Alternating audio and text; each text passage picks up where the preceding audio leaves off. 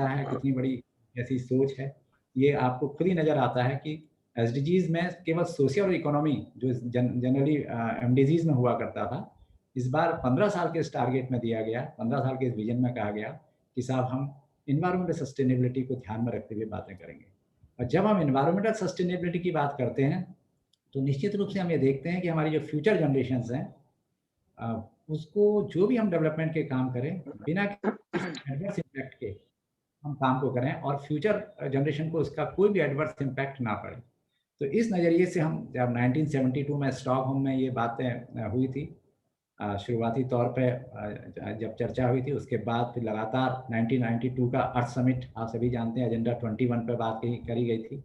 उसमें climate change और environment को लेके बातें करी गई थी। लगातार ये विश्व फोरम पे बातें होती रही हैं। 2001 में हमारा एमडीजी आया, मिलेनियम डेवलपमेंट गोल। फिर जॉन्सबर्ग समिट हुआ था 2002 में, उसमें ये बातें की गई थी। 2009 का जो है कोपेनहेगन क्लाइमेट अकॉर्ड जो है, उसमें ये सारी चर्चाएं की थी। रियो कॉन्फ्रेंस के बारे में आपने सुना होगा, वो बड़ा इंपॉर्टेंट था 2012 में, द फ्यूचर वी वांट, जिसमें उन्होंने कहा था हम किस तरीके का भविष्य चाहते हैं, ये बातें कही गई थी।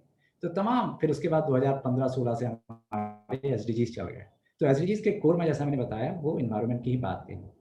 और जहाँ तक हम उत्तराखंड की अगर बात करते हैं, तो उत्तराखंड में बड़ा स्पष्ट है कि we are a rich state as far as the biodiversity forest is concern. आप जानते हैं 70% से ऊपर लगभग हमारा फॉरेस्ट एरिया है, फॉरेस्ट क्षेत्र है। हम लोग बहुत रिच हैं इस बायोडाइवर्सिटी में और इस फॉरेस्ट एनवायरनमेंट में। और साथ ही साथ आपको ये भी पता है, होना चाहिए, होगा, हम लोग लगभग 100 साल पहले 1921 में, जुलाई 1921 में जब अंग्रेज लोग रहा करते थे, तो उत्तराखंड के अंदर वन पंचायतें बनाई गई थी। तो लगभग 100 साल होने जा रहे हैं। इसी जुलाई की बात मैं तो कहूँगा कि ये पूरा साल हमें मनाना चाहिए इन वन पंचायतों को और ज़्यादा स्ट्रॉन्ग, स्ट्रेंथन और लोकल लेवल पे कम्युनिटी फॉरेस्ट्री को ध्यान में रखते हुए लगभग 100 शताब्दी वर्ष उसका है। तो 100 साल लगभग, तो आप समझ सकते हैं कि एनवायरमेंट और फॉरेस्ट के बारे में उत्तराखंड में कितनी जागरूकता रही है। शुरू से चिपको मूवमेंट आप सभी जानते हैं, उसकी शुरुआत यहीं से हुई है। कितना हम लोग एनवायरमेंट के प्रति सेंसिटिव रहे, कितना ज़्यादा यहाँ के लोग, यहाँ की आत्मा में, यहाँ के लोगों के उसमें एनवायरमेंट, पर्यावरण, जल जंगल जमीन बसे हुए हैं। तो ये एक और भी अच्छी बड़ी जिम्मेदारी हो जाती है, विशेष रूप से हम लोगों की, जो हम आज की जनरेशन है, कि हम कम से कम आज जो एनवायरमेंट में हम देख भी रहे हैं, आजकल हम जनरली एक बात करने लग गए हैं, जब ये डिजास्टर की बात हो रही है, पिछले 4-5 साल से हम देख रहे हैं क्लाउड बस्ट हो रहे हैं और अलग अलग चीज़ें हो रही हैं, तो आजकल हमने उसको न्यू नॉर्मल कहना शुरू कर दिया। तो this is not good actually. We are talking about the disaster as a new normal. तो ये एक बहुत बड़ा चैलेंज है। हम न्यू नॉर्मल क्यों कह रहे हैं उसको? हम उसको एबनॉर्मल ही हमें कहना चाहिए, this is not new normal.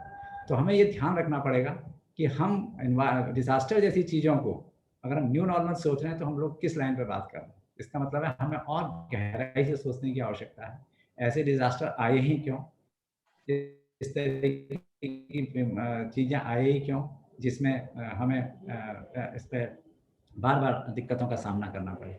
मैं अधिक नहीं कहूँगा, हमारे एक्सपर्ट्स इसमें हैं, हमारे पास लिमिटेड 1-1.5 घंटे का समय है। और संभवतः हमारे सेक्रेटरी पंचायती राज, उन्होंने कह रहे थे कि शायद मैं भी आऊँगा इसमें, तो अगर वो रहेंगे तो उनसे भी हम 2 शब्द सुनना चाहेंगे। और हमारे जो डायरेक्टर WII के हैं, डॉक्टर धनंजय मिश्रा, बहुत वास्ट अनुभव उनका रहा है, फॉरेस्ट सर्विसेज के वरिष्ठ अधिकारी हैं। वो हमें निश्चित रूप से अपने कीनोट एड्रेस में और अच्छी जानकारियाँ देंगे। और मैं सभी पैनलिस्ट का स्वागत करता हूँ, और सभी लोगों का, जितने भी हमारे लोग जुड़े हुए हैं, मैं उसको इस वेबिनार को किसी न किसी रूप में, जो हमने जनपदों को जोड़ा है, हमने एनवायरमेंटल प्लानिंग की बात करी है, एसडीजीज की शुरुआत हम इसीलिए कर रहे हैं। तो मैं कहीं ना कहीं उसके जो बिंदु आएंगे, जो ऐसे पॉइंट्स नज़र आते हैं, तो हम अपने प्लानिंग प्रोसेस में उसको जरूर जोड़ें, ये मेरा अनुरोध रहेगा। और मैं पुनः सभी लोगों को पुनः बधाई देता हूँ और धन्यवाद करता हूँ मैं अपने सभी पैनलिस्ट का, और विशेष रूप से हमारे निदेशक महोदय का, जिन्होंने हमें समय दिया इस दिवस में, और अपने कीनोट एड्रेस के लिए हमें समय दिया। और भी जो जानकारियाँ हमारे पैनलिस्ट देंगे, उन सभी का मैं बहुत बहुत धन्यवाद करता हूँ और पुनः स्वागत करता हूँ। Thank you very much. Thank you, Dr. Pant. Now we will have the inaugural address by Dr. Dhananjay Mohan. Dr. Mohan is the Director, Wildlife Institute of India. He is an IFS officer of the 1988 batch, Uttarakhand Kheder. Sir has a diverse background of working in the administration as well as in the academics. A passionate bird watcher and naturalist, Dr. Mohan has traveled throughout the country in its pursuit. I would request Sir to kindly inaugurate the webinar. Thank you, and a very good morning to all the participants in this very important webinar. I hope I am audible.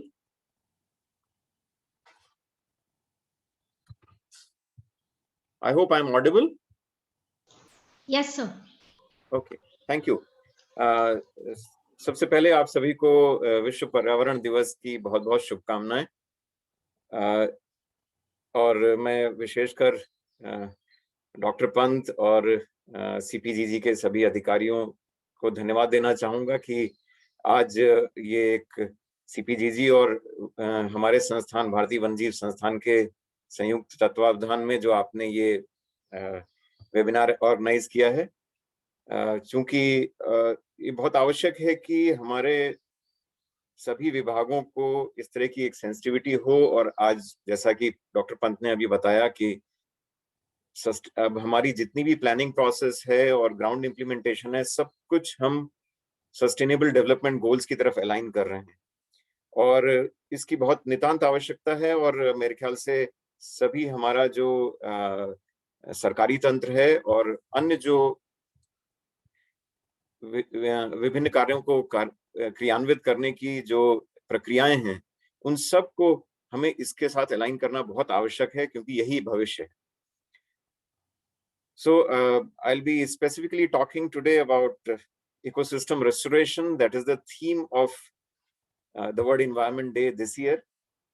And the good part is that it's not just the theme for this year. The United Nations have declared ecosystem restoration as, this decade as the UN decade of eco-restoration. Because rightly, ecosystem restoration cannot be done in a matter of a year. It is a long-drawn process.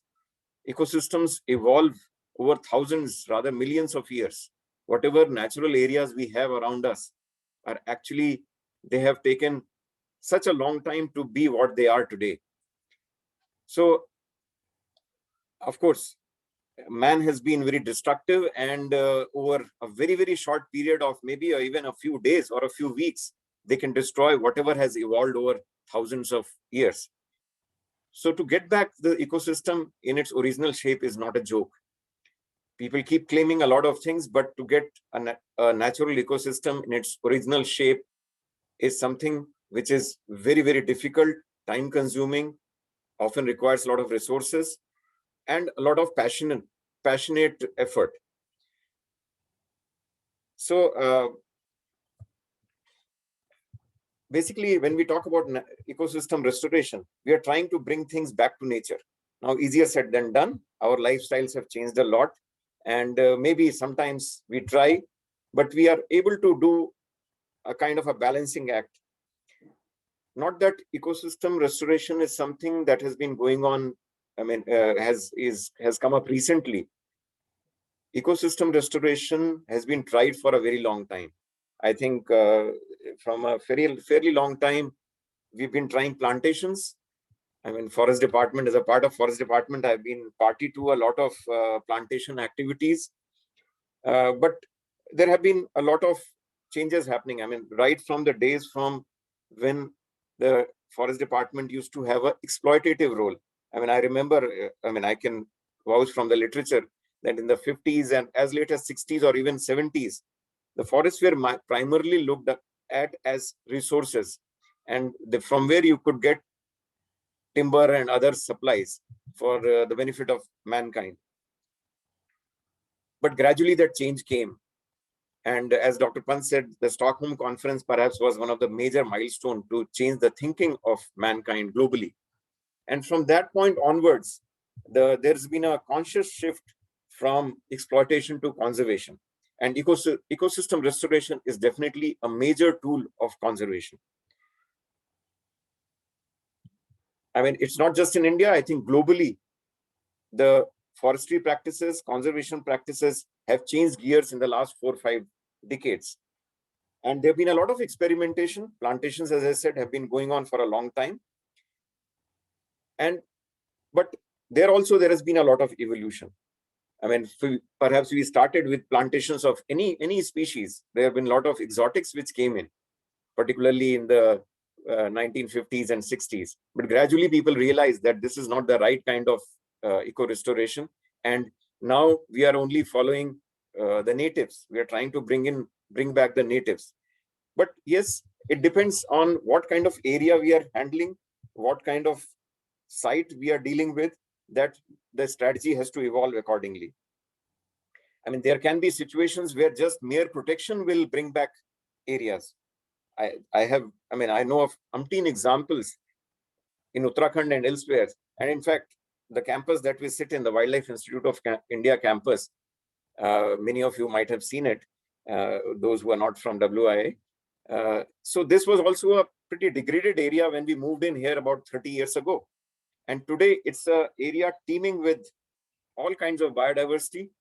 It's primarily because of protection. There has hardly been any plantation here. It's just the rootstock that was allowed to grow on its own way. Plus, of course, fortunately, it is very close to some natural forests.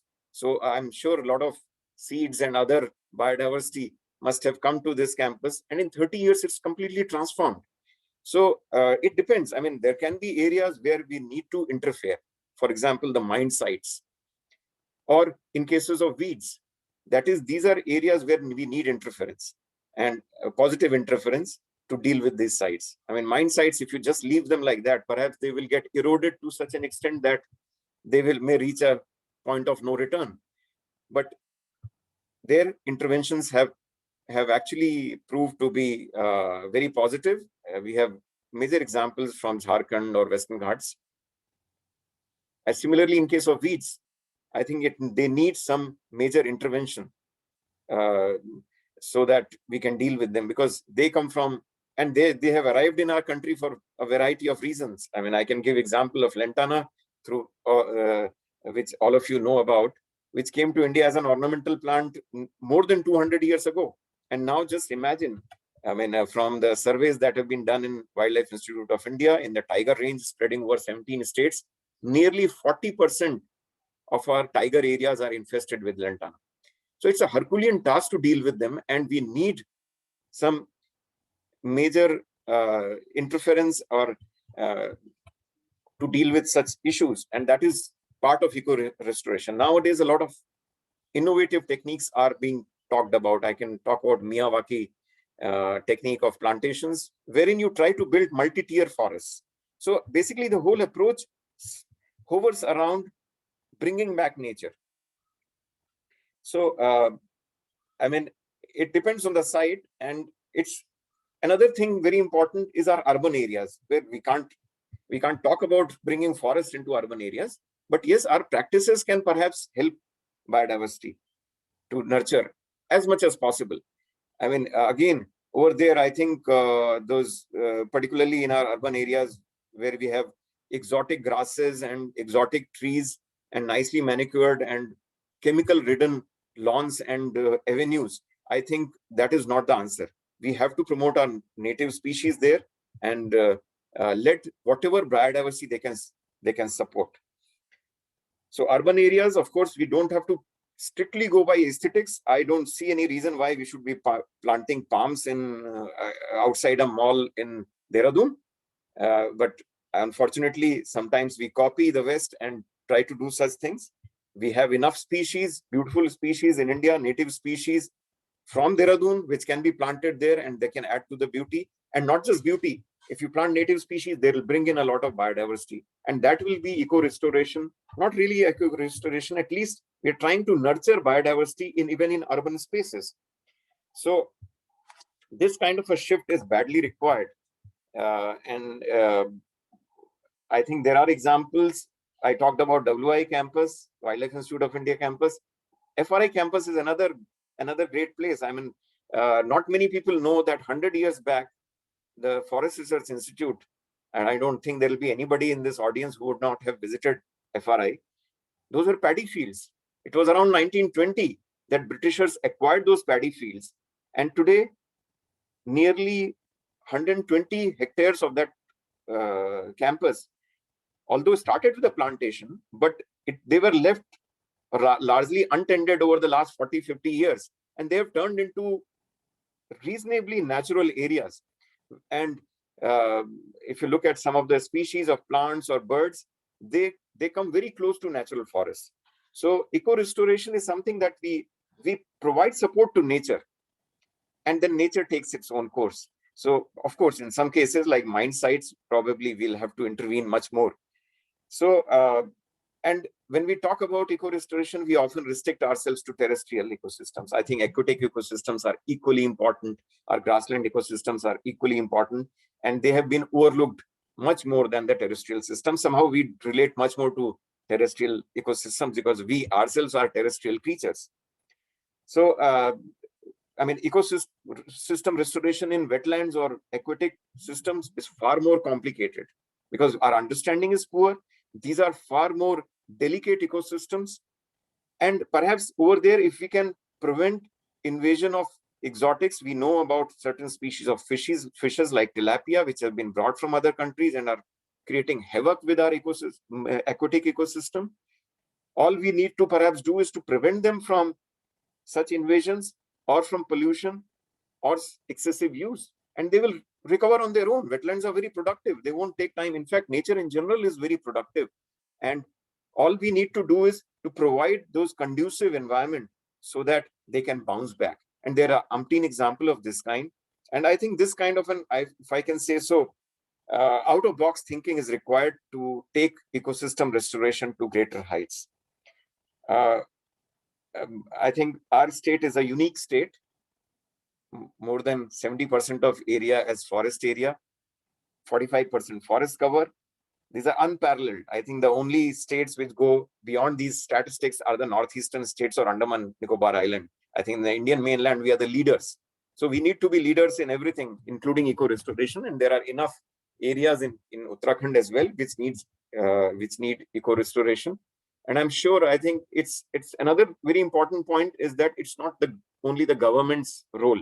And Dr. Pant very nicely talked about the Van Panchayats. This is a unique example, again, unique to our state, wherein communities have been empowered to manage forests and sizable forests. It's not just few hectares here and there. They are sizable patches of forest. So community involvement is also critical in eco-restoration. And I don't think there's any community which will not favor it because the benefits are huge.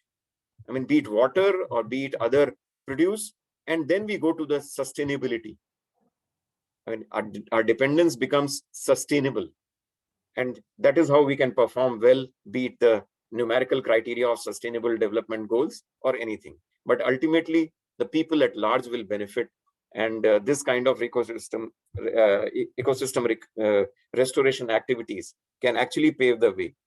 And I'm sure the examples, we need to perhaps collate successful examples and make people aware, even government aware of such examples, and take them forward, multiply them, enhance them, and be an example, be a model for the whole country. So I'm thankful again to CPPGG to having organized this in collaboration with us. We already have a formal MOU with the CPPGG, and we look forward to working with this important organization within the planning department of Uttarakhand and contribute whatever we can in the sustainable development of Uttarakhand. With these words, I hope that we'll have very enriching talks from our experts, three experts, Dr. Sivakumar, Dr. Naseem, and Dr. Siddiqui. Once again, thank you very much for inviting, and a happy World Environment Day. Thank you. Thank you so much, sir, for enlightening us on the theme for this year's Environment Day, Ecosystem Restoration. हमारे बीच सचिव Panchayati Raj department Uttarakhand government mister H C. Semwal sir है. मैं request करूंगी sir, अगर आप कुछ अपने व्यूज शेयर करना चाहे आज के इस दिवस पे. सभी पार्टिसिपेंट्स को मेरा नमस्कार। मैं हरिचंद्र सेमवाल, सचिव पंचायती राज उत्तराखंड। आज के इस कार्यक्रम के लिए मुझे इनवाइट करने के लिए मैं डॉक्टर मनोज पंजी, centre for good governance and public policy का उत्तराखंड प्लानिंग डिपार्टमेंट का बहुत आभारी हूँ कि उन्होंने मुझे मौका दिया। श्री धनंजय मोहन जी जो wild life institute of India की तरफ से प्रतिभाग कर रहे हैं, उनका भी मैं हार्दिक स्वागत और अभिनंदन करता हूँ विभाग की तरफ से। सभी पार्टिसिपेंट का जो इस कार्यक्रम से जुड़े हुए हैं, कुछ हमारे पंचायती राज विभाग के अधिकारी और कुछ पंचायत प्रतिनिधिगण भी जुड़े हुए हैं, उनका भी स्वागत है। बहुत अच्छा मौका है, आज हम अपनी बात आपके साथ रख पा रहे हैं। और जो धनंजय मोहन जी ने भी अच्छी बात रखी, डॉक्टर मनोज पंजी ने जो बात रखी, जहाँ तक सस्टेनेबल डेवलपमेंट गोल की बात है या पर्यावरण को बचाने की बात है, उत्तराखंड का आप जानते हैं परिवेश इस तरीके का है, यहाँ पर्यावरण संरक्षण और प्रकृति के संरक्षण की पहले से ही जड़ें गहरी है। तो हमें बहुत ही फक्र है कि इस स्टेट के निवासी होने के नाते और स्टेट में अपनी सर्विस देने के नाते कि इस तरीके के माहौल में, इस तरीके की प्रकृति प्रेमी लोगों के बीच में हमें सेवा का अवसर मिला है। जो भी विचार आप लोगों के द्वारा व्यक्त किए जा रहे हैं इस मौके पर, मेरा सभी से आग्रह होगा कि जितने भी कार्य हैं पर्यावरण संरक्षण की दिशा में, वो बिना जनता के सहयोग से या लोगों को अपने साथ भागीदारी में लाए बिना पूरे नहीं हो सकते। हम केवल सरकारी अमले के आधार पर सोचेंगे कि इस चीजों को हम पूरा कर लेंगे तो वो संभव नहीं हो पाएगा। डॉक्टर मनोज पंजी इस बात को अच्छी तरीके से वाकिफ है। पंचायत राज विभाग के साथ आप बहुत अच्छी तरीके से तालमेल से हमारी पंचायतों को सुदृढ़ करने के लिए, कैपेसिटी बिल्डिंग के लिए काम कर रहे हैं। इसी तरीके से मैं चाहूंगा कि पर्यावरण की दिशा में भी जो भी काम हो, पंचायतों को उसमें इन्वॉल्व किया जाए, क्योंकि पंचायतें ही राष्ट्रीय लेवल पे स्थानीय सरकार के रूप में कार्य कर रही है। जनता का जब तक हम सहयोग नहीं लेंगे, भागीदारी नहीं लेंगे, मैं नहीं समझता कि हमारे प्रयास पूरे हो पाएंगे। और जिस तरीके से उत्तराखंड में ग्रामीणों के बीच में जंगलों को, प्रकृति को संरक्षित रखने के लिए जो एक प्रेम की भावना है और एक आदर की भावना है और एक देव प्रकृति के रूप में जंगलों को माना जाता है, उस दृष्टि से मैं समझता हूँ कि हम बहुत अच्छी तरीके से इस कार्य को आगे बढ़ा सकते हैं और देश के और विश्व के कल्याण में योगदान दे सकते हैं। मेरा पुनः सभी को साधुवाद, बहुत बहुत बधाई। और मैं उम्मीद करूंगा कि इस तरीके के कार्यक्रमों में पंचायतों की भागीदारी सुदृढ़ की जाए और पंचायतों के साथ मिलकर पर्यावरण को संरक्षण के संबंध में जो भी गतिविधियां हों उसे संचालित किया जाएगा तो मेरे ख्याल से बहुत अच्छा कदम होगा और हम प्रकृति को बचाने के लिए जनता की सहभागिता भी सुनिश्चित कर पाएंगे। बहुत बहुत धन्यवाद। Thank you sir. अब हम अपने टेक्निकल प्रेजेंटेशंस की ओर बढ़ते हैं। मैं आमंत्रित करना चाहूंगी डॉक्टर के शिव कुमार, हमारे पहले पैनलिस्ट, जो बात करेंगे on invasive species management in wild life habitat restoration and livelihood generation. इससे पहले सर अपना प्रेजेंटेशन शुरू करें, मैं आप लोगों से ये रिक्वेस्ट करूंगी, अगर आपके कोई भी सवाल होंगे तो प्लीज चैट बॉक्स पे उन सवालों को लिख दीजिएगा ताकि हम Q&A के सेशन पर उन सवालों को ले सके एंड फिर हमारे जो पैनलिस्ट है वो उनको आंसर कर सके। Thank you. Over to you sir. Could you see my presentation? Yes sir. Okay. Sabiko namaskar. Good morning all. Happy World Environment Day. First of all, I thank you all of you for joining with us in this particular program, and especially the CPPGG for joining with us to organize this program. And thanks to both the organization directors and all participants of this particular webinar. So I briefly make a small request to all of you talking about invasive species. Our director, Dr. Dhananjay Mohan, mentioned weeds.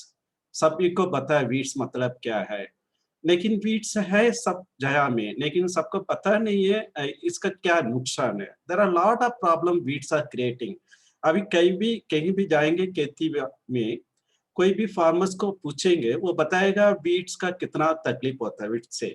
So they remove the weeds from paddy or whatever खेती they are having it. So they know the importance of paddy, and also they know the problem of the weeds. That's what, nothing. Invasive impact is something similar to this only. So what the layman, the farmers knows about the the adverse impact of weed in the paddy field, the same impact they will cause any weeds or any unwanted plant or unwanted animal in the forest or in your city or your village, wherever it may be, it will create a problem.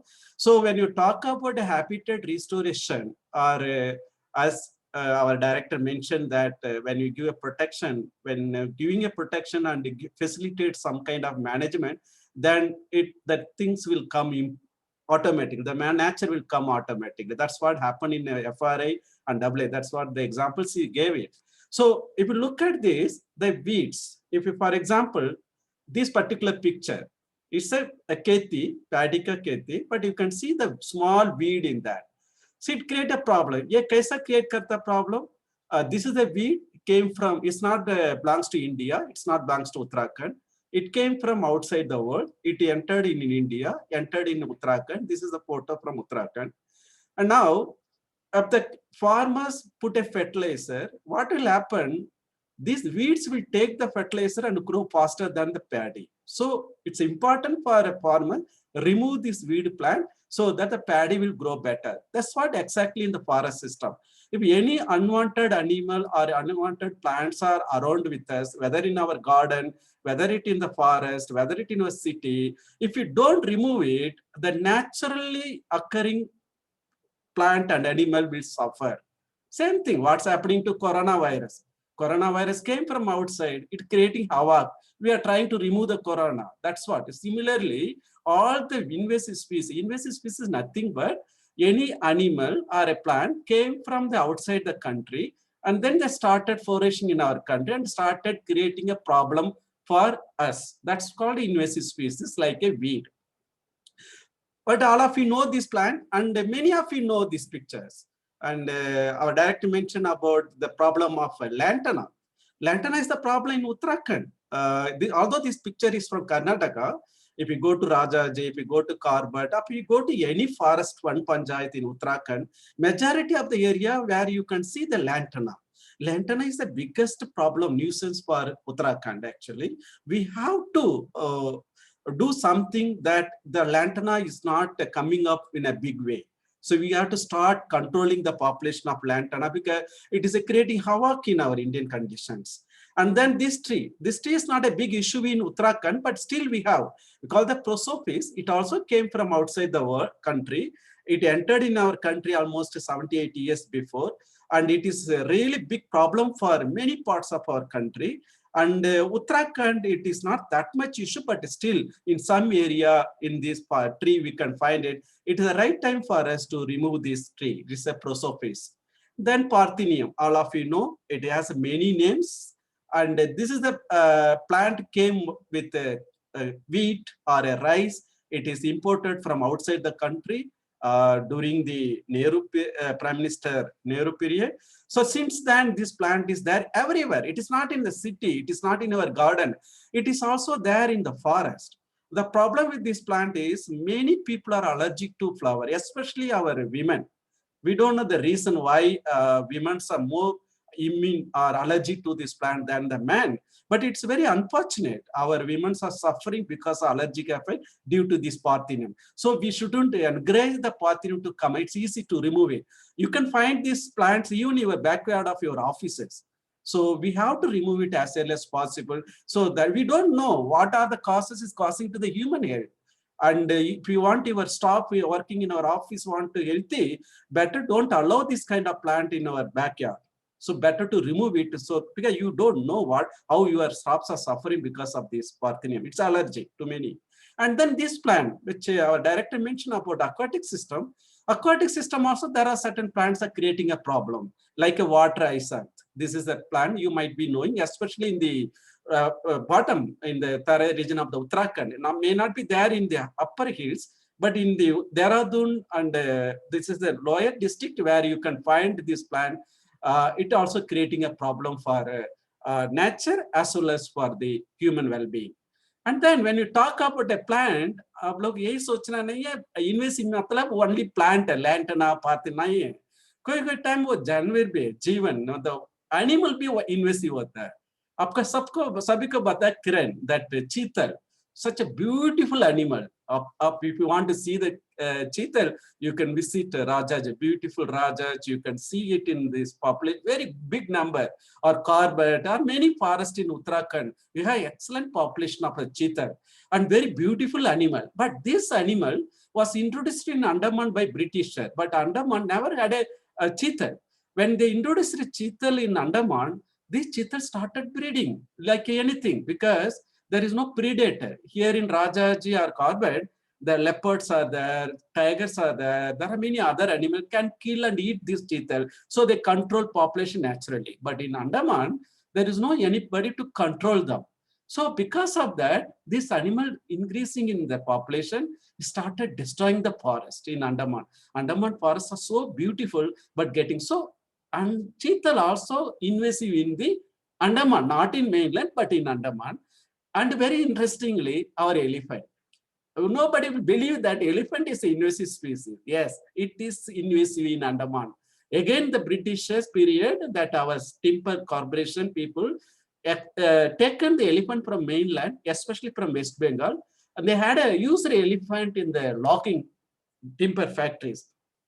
After closing down those industry by the instruction of the Honorable Supreme Court in 40, 50 years before, and this timber factory owners unable to bring back their elephant, it's very expensive. What they done is they released them into the forest. And now these elephants are semi-wild. They're creating a problem for our forest in Andaman. So we can't kill the elephant, but the only thing is we have to somehow take back our elephant to mainland. That we have been trying. So what I'm trying to say that invasive species may be a smaller, maybe a plant, maybe an animal, or maybe a bigger in size. That's what I want to try. I'm trying to convey this message to all of you. And look at this. This is there in Uttarakhand. Many of you might have seen in your house also. This is an African snail, Achatina fulica. It came to India, in fact, during the British period. It is in Africa. British brought to India, and then they cultured in Kerala. You know that people from South India fond of eating a lot of non-veg. And this snail meats are really very good. And Kerala people love to eat this snail, but they like the sea animals, not the land. But British thought that the Kerala people may eat this snail, बोल के उसका लेके आके उसका culture करके they try to promote they try to sell it. But people in India doesn't like the land snail. Very few people eat it. Majority of them doesn't like it. So British failed in this marketing business. So what they done is they released all the African snail as that. Now this snail reached Uttarakhand, from Kerala to Uttarakhand. Not only that, it is there in Andaman. So now we don't know much impact, but we know what we know. This snail can eat the plant seed, eat the plant sibling, the small plants. So they won't allow the plants to grow in our garden as well as in the forest or wherever, whatever you do, even your one panchayat. If you find these snails, try to destroy it, never facilitate, but it's very difficult to do. But again, I'm trying to say that invasive species are there everywhere with us, and we have to be very, very careful. This fish, and this fish is again, you must have seen this fish in our market. There are any market, fish market in Uttarakhand, invariably all fish seller will sell this fish. They always sell this come from the Saranpur.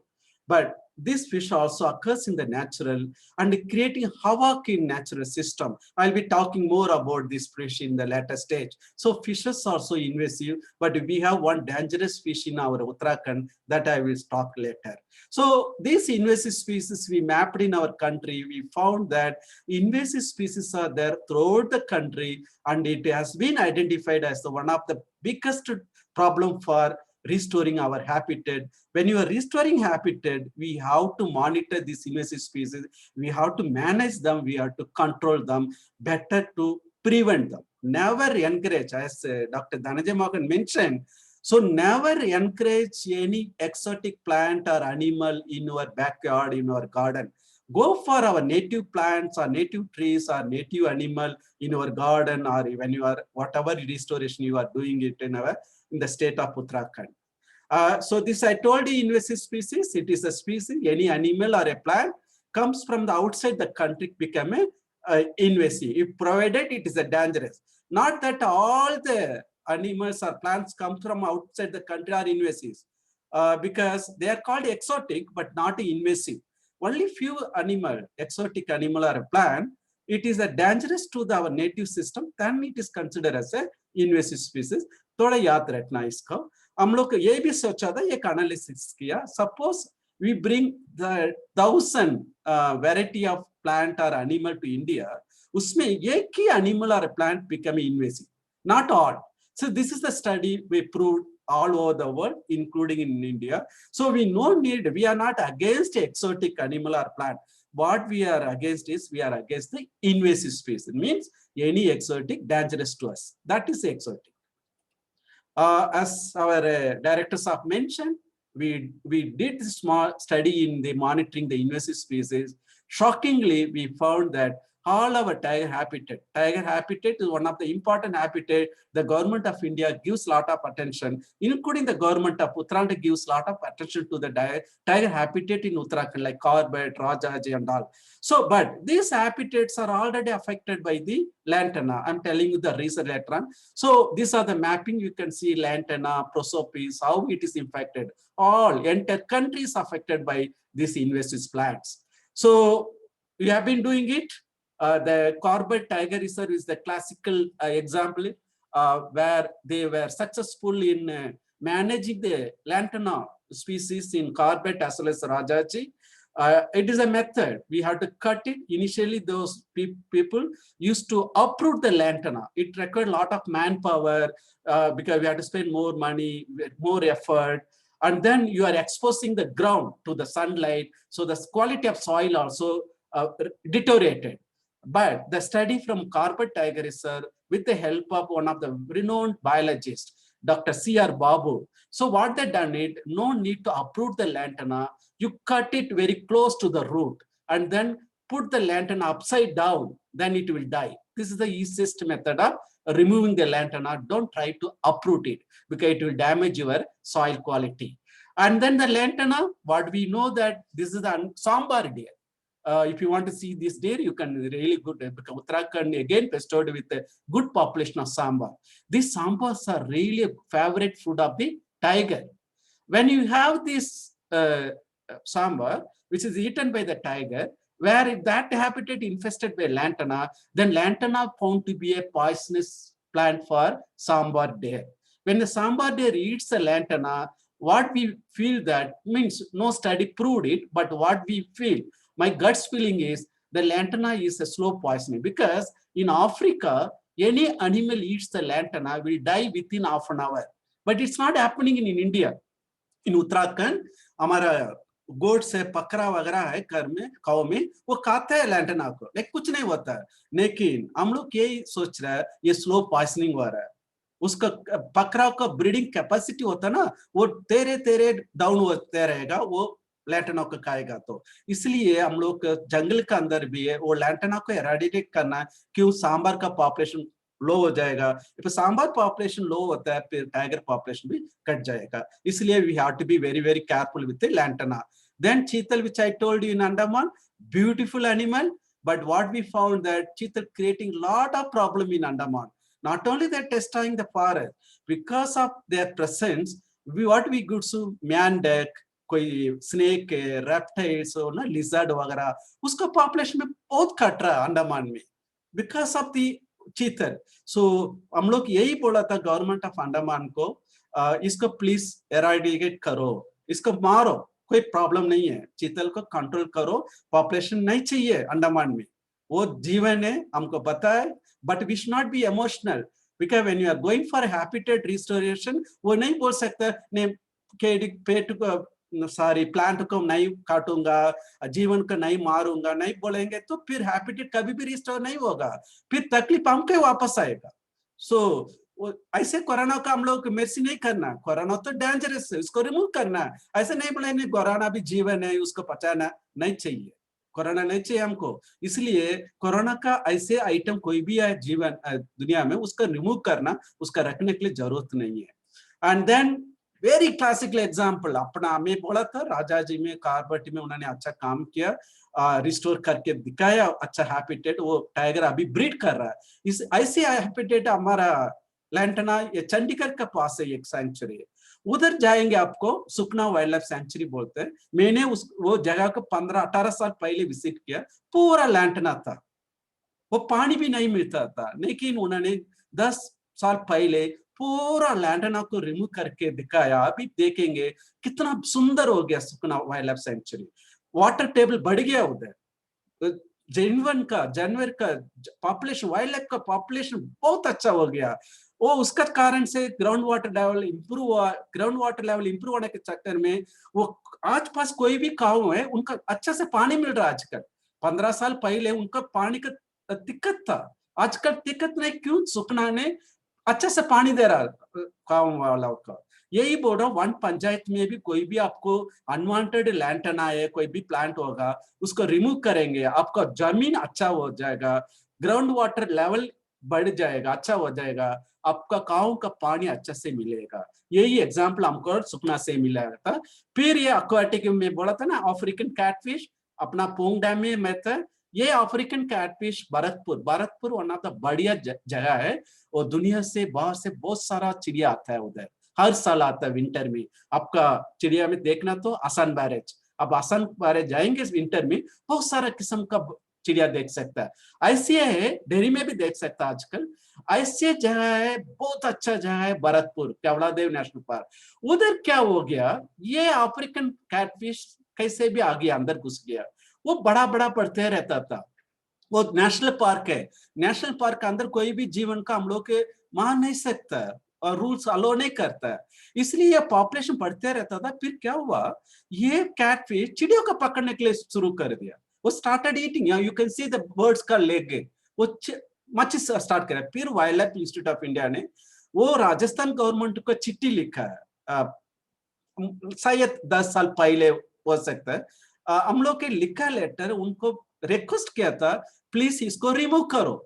हमारा advice के चक्कर में फिर Rajasthan government ने decision लिया ये fish को निकलने ले। इसमें क्या हुआ, एक तो फिश को मैनेज कर रहा है, फिर लोकल पीपल को भी कुछ रेवेन्यू जनरेशन शुरू हो गया। अच्छा है, दोनों भी बड़े बड़े हो गया, भरतपुर भी अच्छा हो रहा है, पर लोग भी बढ़िया, उसको भी कुछ इनकम मिल गया। सेम कम्युनिटी और यूसुडी ने वाटर आइसन सेम भरतपुर में उन्होंने हर साल वो ड्राई सीजन में वाटर आइसेंस को रिमूव करता है। वो पार्क वाला ने क्या करता है, वो गाँव आसपास गाँव वालों को बुला के उसको काम देता है, 1 महीना का काम मिलेगा तो उसको भी कुछ इनकम मिल जाएगा।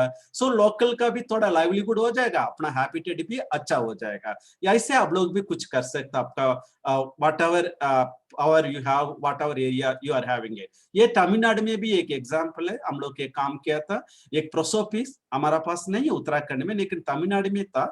सो बहुत नुकसान कर रहा था, सो तमिलनाडु गवर्नमेंट फॉरेस्ट डिपार्टमेंट ने उसको रिमूव करके दिखाया, बहुत सारा चिड़िया शुरू कर दिया वापस आने के लिए। यह अच्छा है, लेकिन फिर एक स्टडी किया था, कोई लोग क्या बोला, हम लोग प्रोसोपिस को रिमूव करने के लिए बोला था। यही भी हो सकता है उत्तराखंड में भी आप लैंटना को एराडिकेट करेंगे, आपका वन पंचायत और कहीं भी कोई लोग बोलेंगे नहीं नहीं ये लैंटना को रिमूव नहीं करना, इसको बहुत सारा अच्छा काम हुआ था। ऐसे बोला था तमिलनाडु में भी। ये कोर्ट हाई कोर्ट तक चले गया। कोई लोग प्रोसोपिस को रिमूव करना चाहता है, कोई लोग नहीं करना चाहता है, कोई लोग बोलता नहीं इससे हमको लाइवलीहुड मिलता है, उससे हम लोग कैरेक्टल यूज कर सकते हैं, इसलिए नहीं कर। फिर वो स्टडी हमको wild life institute of India को दिया, उन्होंने थोड़ा करो कुछ असेस करके बताओ क्या करना हमको। हम लोग यही स्टडी करने के बाद पूरा स्टेट को हम लोग एक असेसमेंट किया था लैंटना प्रोसोपिस का ऊपर। मैं क्विकली बताऊंगा, मैं ज्यादा नहीं बोलूंगा इधर। हम लोग यही बताया था लैंटना प्रोसोपिस जंगल में होगा तो जंगल का नुकसान, लेकिन वो आत्मिक जगह, वो कोई भी जगह उसमें जंगल नहीं है, सिर्फ आत्म लोग रहता है, वो ड्राई एरिया में रहेगा तो उसका फायदा होता है। इसलिए हम लोग यही रिकमेंडेशन दिया था, वाइल्ड हैबिटेट में लैंटना प्रोसोपिस को रिमूव करो, लेकिन नॉन वाइल्ड लाइफ एरिया में इसको कंट्रोल में मैनेज करो। No need to remove it because उसका थोड़ा फायदा होता है लोग को, इसलिए हम लोग ऐसे रिकमेंडेशन दिया था। फिर यही दूसरा है, साहब ने बताया इन्वेसिव स्पीसीज मतलब ये पानी में भी रहता है, जंगल में भी रहता है, लेकिन समुद्र में भी रहता है। यही देखेंगे, एक छोटा सा एक प्लांट है, इसको आल्गे बोलते हैं, वीड है, वो समुद्र में रहता है, इसको हम लोग खा सकते हैं। आप लोग सुना होगा नाम अगर अगर। हमारा अगर तो बहुत पॉपुलर है, आप चाइना जाएंगे, आप जापान जाएंगे, कोरिया जाएंगे, वो राइस का साथ खाता है वो। अगर अपना बेकरी आइटम कोई भी केक आप बनाएंगे, अगर तो मिक्स करता कन्फेक्शनरी वाला, स्वीट वाला। सो अगर सब इम्पोर्टेंट ऐसे अगर ये भी प्लांट है समुद्र में, हम लोग साउथ ईस्ट एशिया से इंट्रोड्यूस किया तमिलनाडु में। हम लोग मना किया था, ऑब्जेक्ट किया था वाइल्ड लाइफ इंस्टीट्यूट ने, लेकिन कोई मांगा नहीं है, मांगा नहीं। सो उसमें कल्टीवेट कर दिया पाक पे में तमिलनाडु में। उसमें क्या यही एरिया रामेश्वरम, आपको सुना होगा मंदिर, बहुत इंपॉर्टेंट मंदिर है। सो ये मंदिर रहता है इधर है रामेश्वरम में। इधर आसपास एक मैरिन नेशनल पार्क होता है, बहुत सुंदर एरिया। आपको नेक्स्ट टाइम एलटीसी मिल जाएगा तो आफ्टर लॉकडाउन आप लोग विजिट करना ये जगह को, बहुत अच्छा जगह है, बहुत समुद्र का जीवन का देखने के लिए बहुत बढ़िया जगह है। आप मंदिर दर्शन भी कर सकता है, मदुरै भी आसपास, रामेश्वरम आसपास, लेकिन जरूर विजिट करना मैरिन नेशनल पार्क का। वो मैरिन पार्क इतना सुंदर था, वो मैरिन नेशनल पार्क, ये देखो ऊपर से देखेंगे तो बहुत अच्छा लगता है, लेकिन ये वाला वीड ने अंदर घुस के अपना कोरल रीफ का सब सारा जीवन को नुकसान परेशान करने के लिए शुरू कर दिया। पहले हम लोग मना किया, कोई मांगा नहीं। अभी देखो कितना प्रॉब्लम हो रहा है। अभी गवर्नमेंट ऑफ तमिलनाडु बहुत एफर्ट कर रहा है उसको रिमूव करने के लिए, लेकिन नहीं कर पा रहा। सो फिर कमिंग टू द उत्तराखंड, ये लास्ट में स्पीसीज, ये सबको पता होगा, ब्राउन ट्राउट, ट्राउट फिश बोलता है वो। एक्चुअली ये मछली आया यूरोप से 100 years पहले, ब्रिटिश का पीरियड में। इन्होंने इसका लेके आके अपना हिमाचल उत्तराखंड में छोड़ दिया। आप देखना तो आप उधर उत्तराखंड के ऊपर जाएंगे, आपको मिल जाएगा ये, और इधर भी मिल सकता है आपका, इस तरफ भी मिलता है आपका, नंदा देवी से आ रहा है स्ट्रीम में, उसमें भी मिलेगा। ये मछली स्पोर्ट्स फिश है, एंगलिंग के लिए बहुत अच्छा मछली, इसलिए ब्रिटिश वाला ने इंट्रोड्यूस किया। लेकिन अभी क्या हो रहा है, बहुत नुकसान कर रहा है। हमारा उत्तराखंड में अपना पास एक मछली है, दो मछली है, एक तो गोल्डन मैगशी है, दूसरा अपना ट्राउट भी है। ये दोनों मछली का पॉपुलेशन अभी बहुत कट रहा है। मगरमच्छ बड़ा बड़ा होता है, बहुत अच्छा इनकम आ सकता है, वो भी स्पोर्ट्स फिश है। ट्राउट भी इतना बड़ा नहीं होता लेकिन अच्छा साइज होता है, वो भी स्पोर्ट्स फिश है। उत्तराखंड का इतना चांसेस है, उसको प्रमोट करके, टूरिज्म प्रमोट करके, हम लोग एंगलिंग टूरिज्म प्रमोट करेंगे तो बहुत अच्छा इनकम मिल जाएगा अपना स्टेट के लिए। लेकिन ये दोनों मछली इंपैक्टेड बाय यही ब्राउन ट्राउट, ये ब्राउन ट्राउट ब्रिटिश वाला ने इंट्रोड्यूस किया। लेकिन अभी भी क्या हो रहा है, हिमाचल में इसको हम लोग रिलीज कर रहा है, लेकिन उत्तराखंड में नहीं हो रहा। लेकिन आपका पावर होगा, आपका फ्यूचर में कोई ऐसे कुछ प्रपोजल आएगा, नहीं ये बढ़िया जगह, इधर ट्राउट इंट्रोड्यूस करेंगे, कोई फिश इंट्रोड्यूस करेंगे, लोग को इनकम आएगा बोलेगा, तो आप लोग, मैं यही रिक्वेस्ट करूंगा था, कभी भी आप बाहर का स्पीसीज को प्रमोट मत करना। अपना डायरेक्टर साहब ने पहले बताया था, याद रखना अपना पास अच्छा फिश है, मगरमच्छ है, ट्राउट है, उसका प्रमोट करना, कल्चर करना। हमारा पास साइंटिस्ट लोग के पास टेक्नोलॉजी भी है, अच्छा है। शायद यस, वो चाइनीज का कार्प होता है, उसमें क्या होता है, उसका मेंटेनेंस का कम लगता है ना, एक्सपेंडिचर कम होता है, इसलिए हमारा फिशरीज डिपार्टमेंट वाला उसको प्रमोट करता है। लेकिन याद रखना, ऐसे फिश क्या करेगा, अपना फिश को कदम करेगा, ये नहीं होना चाहिए। यही हम रिक्वेस्ट में मैं एंड कर रहा हूँ। Thank you very much, I will finish and my talk. Thank you so much doctor Shiv Kumar, बहुत ही अच्छा प्रेजेंटेशन था आपका। आपने काफी सारी जानकारी दी हमको आक्रामक उपजातियों, इन्वेसिव स्पीशीज के बारे में, खासकर उत्तराखंड के कॉन्टेक्स्ट में, और कैसे इंडिया में भी अलग अलग जगहों में इसने, इन स्पीशीज ने परेशान किया है। एंड आई होप इस जानकारी को बहुत ही अच्छी तरह सब लोगों ने सुना होगा, एंड बाकी लोगों के साथ शेयर भी करेंगे जो हमारे बीच आज नहीं आ पाए हैं। Thank you sir. अब मैं इनवाइट करूंगी डॉक्टर नसीम अहमद अंसारी को।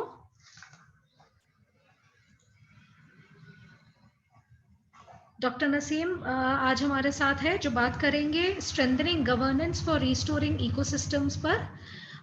मैं रिक्वेस्ट करूंगी डॉक्टर नसीम, और नेक्स्ट हमारे डॉक्टर निहाल भी आएंगे, to please keep the time limit in the mind.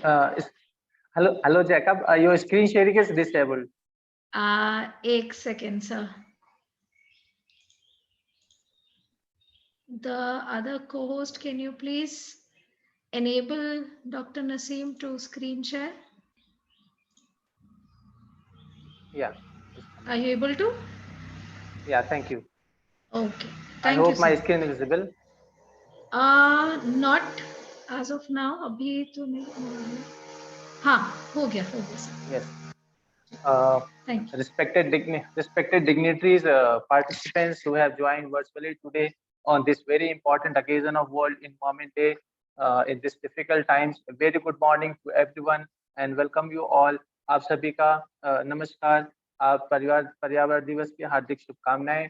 आज मैं अपने एक छोटे से टॉक में आपको एक ब्रीफली आपको मैं बताऊंगा कि इकोसिस्टम सर्विसेज के क्या है, इसकी सर्विसेज क्या है, इसका स्ट्रक्चर फंक्शन, इसकी वैल्यूज क्या हैं और हमें इसका गवर्नेंस किस तरह से हमारे इंटरनेशनल, नेशनल और हमारे स्टेट लेवल पे इकोसिस्टम रिस्टोरेशन का गवर्नेंस किस तरह से हम क्या-क्या इनिशिएटिव्स एक्शंस करते हैं और इसके थ्रू आपको मैं थोड़ा सा एक ब्रीफली चर्चा करूंगा। जैसा कि हम आपको बता दें कि आज हम पर्यावरण दिवस मना रहे हैं और इस पर्यावरण दिवस को मनाने के लिए पूरी दुनिया में एक अहम जो संस्था है जो हमारे सारे कन्वेंशंस को सेंट्रलाइज करती है, यूएन ऑर्गेनाइजेशन यूनाइटेड नेशंस। तो यूनाइटेड नेशंस ने इकोसिस्टम रिस्टोरेशन के मुद्दे पर एक पर्यावरण दिवस को मनाने के लिए बोला है और ना कि सिर्फ आज की पर्यावरण दिवस की इकोसिस्टम रिस्टोरेशन है, बल्कि इस यूएन ने पूरे डिकेड को United Nations for ecosystem restoration के लिए नॉमिनेट किया है कि पूरे डिकेड में हम इन्वायरमेंट इकोसिस्टम रिस्टोरेशन पे बात करेंगे। इकोसिस्टम रिस्टोरेशन यानी कि पारिस्थितिकी तंत्र की बहाली और उसका देखरेख और उसको कैसे हम वापस अपने ओरिजिनल रूप में इसको ला सकेंगे, जैसा कि वो सस्टेनेबल रूप में जो हमारे इन्वायरमेंट कंजर्वेशन की बात कर सके, जो हमारे सोसाइटी कल्चर की भी बात कर सके, जो हमारे इकोनॉमिकली साउंड सिस्टम्स की भी बात कर सके, यानी कि हम ओवरऑल सस्टेनेबल फ्यूचर की बात करें जिसमें हम हमारे पर्यावरण भी सुरक्षित हो, हमारा ह्यूमन वेलबींग भी चलता रहे और हमारा कल्चर भी हमारा मोटिवेट प्रमोट होता रहे। तो आज के इस पर्यावरण दिवस पे हम चर्चा करेंगे कि हमारे पारिस्थितिकी तंत्र को कैसे हम प्रोटेक्ट करें, कैसे उसका हम प्रीशियस इकोसिस्टम को रिवाइव करें और कैसे उसके हम दोबारा से उसको हम बहाली कर सकें, including the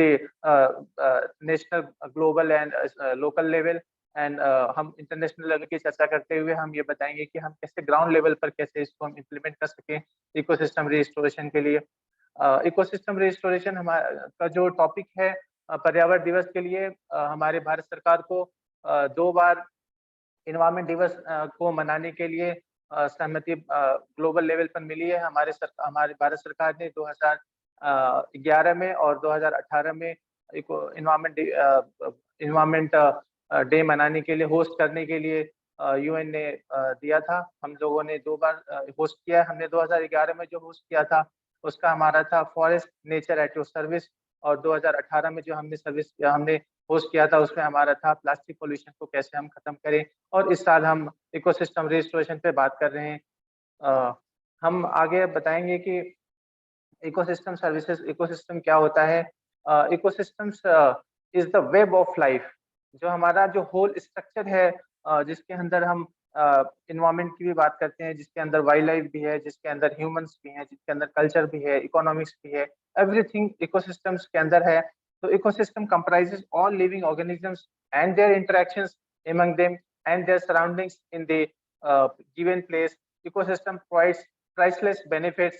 Ecosystem provide priceless benefits, supports water, food, available material of all kinds, protection, disease, disasters. So we can say that ecosystems provide all benefits, which includes microorganisms, which include plants, animals, and their interactions as a functional unit. So ecosystem services provides benefit to ecosystem, the goods and services nature.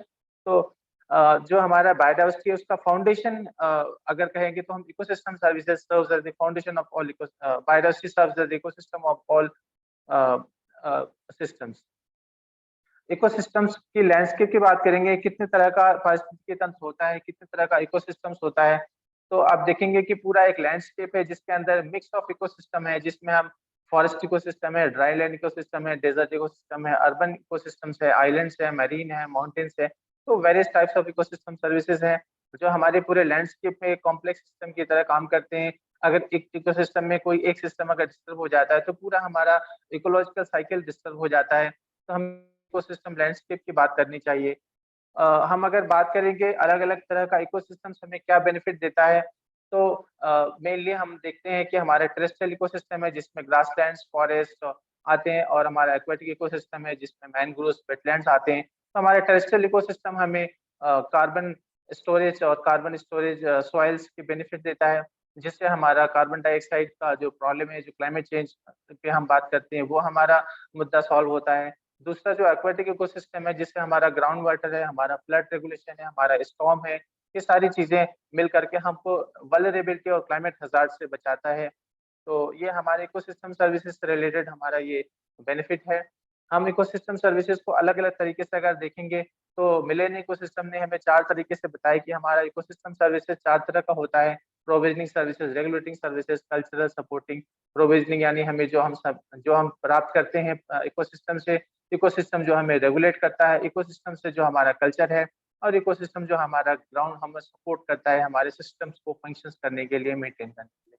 Ecosystem का ये complex जो हमारा types है, उसको हम किस तरह से ह्यूमन वेलबींग के साथ रिलेट करते हैं, जिसमें हमारा सिक्योरिटी है, हमारा हेल्थ है, हमारा गुड सोशल रिलेशन है, basic matter for good life है, और freedom of choice and action है। ये सारा एक दूसरे के साथ इंटर रिलेट करता है जो हमारा इकोसिस्टम सर्विसेज है।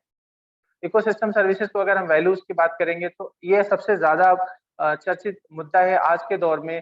पूरे इंटरनेशनल लेवल पे, नेशनल लेवल पे एवं स्टेट लेवल पे हम बात कर रहे हैं कि हम किस तरह से इकोसिस्टम सर्विसेज को वैल्यू कर सकें, और उस वैल्यू को अपने पॉलिसी सिस्टम में इनबिल्ड करके उसको हम आगे इनबिल्ड करके उसको आगे हम कर सकें।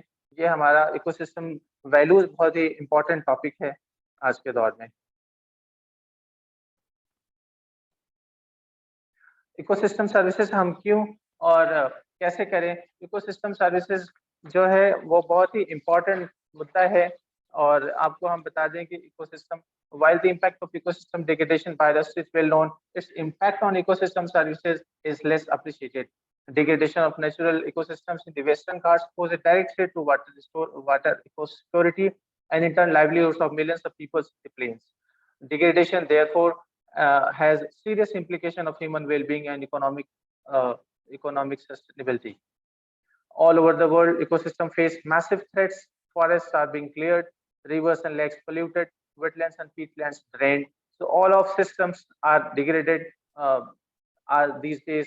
हमारा इकोसिस्टम जो हमारा है वो सीरियस डिक्लाइन में है आज के दौर में। हमारा 60% of the world's ecosystem services are in degraded in present times, or use unsustainable or contributed in significant rise of floods, fire since 1940.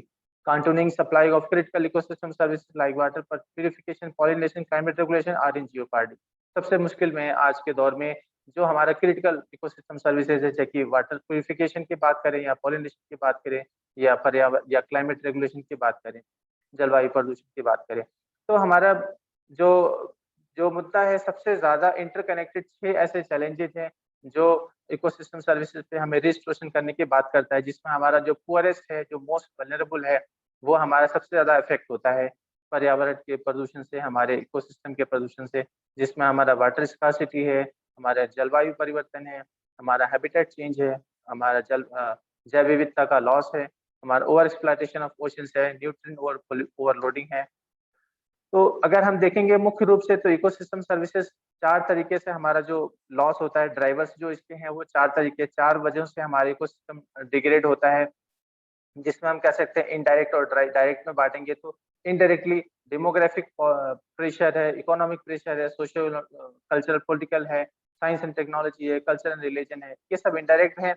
इसके अलावा डायरेक्ट जैसे हमारे कॉन्सिक्वेंसेस है, जैसे हम लैंड यूज चेंज है, लैंड डिग्रेडेशन है, स्पीशीज इंट्रोडक्शन है, जैसे कि शिवा कुमार सर ने इन्वेजिव स्पीशीज की बात करी। डायरेक्ट ड्राइवर्स ऑफ चेंज है, हमारे इकोसिस्टम को डिग्रेड करने के लिए डिग्रेड करता है।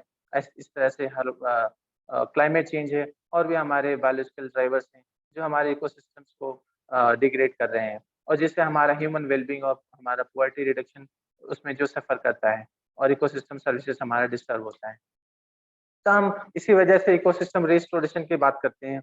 तो इकोसिस्टम रिस्टोरेशन क्या है? Ecosystem restoration is the key solution to prevent, halt and reach the degradation of ecosystem worldwide and mitigate the climate change. तो इकोसिस्टम रिस्टोरेशन हम इसलिए करते हैं कि हमारा बायोडाइवर्सिटी बेनिफिट भी बच जाए, हमारा ह्यूमन वेलबींग बच जाए, हमारा सोसाइटी का जो चैलेंजेस है वो हमारा ओवरकम हो पाए।